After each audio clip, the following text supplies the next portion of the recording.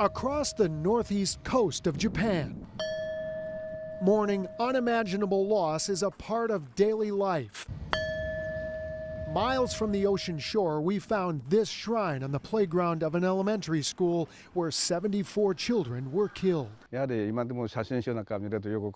When I stand here, I'm so sad, and I feel sorry for them. This man was grieving the loss of all three of his grandchildren. Ruins of the school stand as a spiritual relic of the loss, and much of what filled these classrooms was never seen again. And all of those objects are supposedly floating in the ocean towards our part of the world.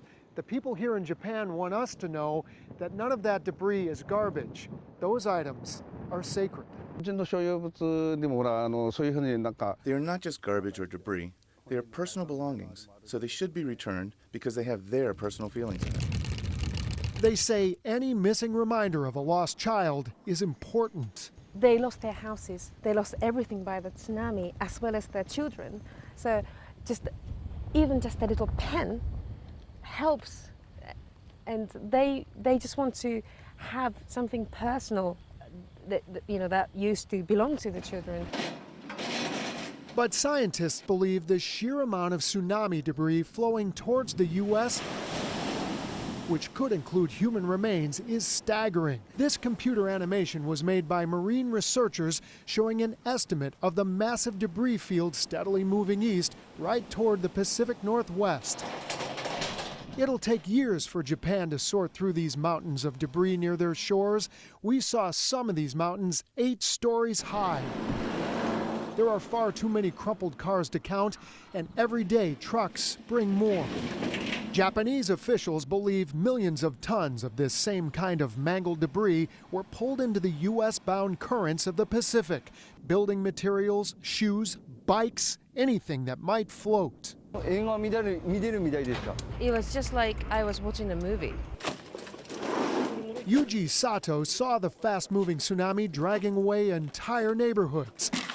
For weeks afterwards, oyster fishermen like Yuji spotted much of what was floating being carried offshore.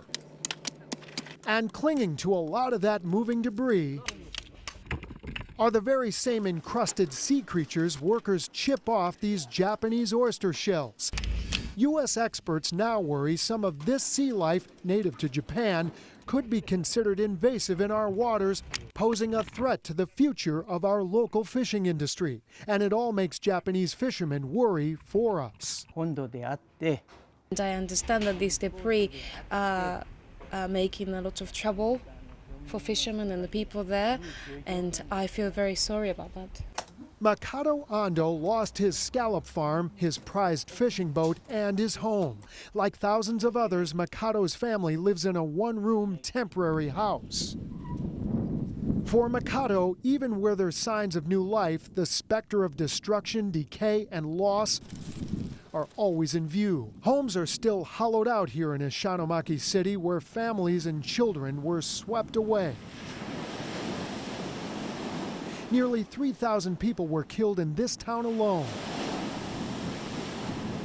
While officials consider how to process what the water pushes towards Washington State, Makoto wants us to respect whatever is found. We have lots of memories in those things.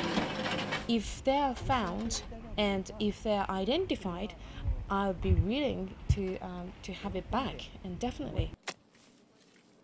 Meanwhile, on the school grounds, parents mourning the loss of their children deal with their grief by searching for mementos while trying to help a tsunami-scarred land to heal.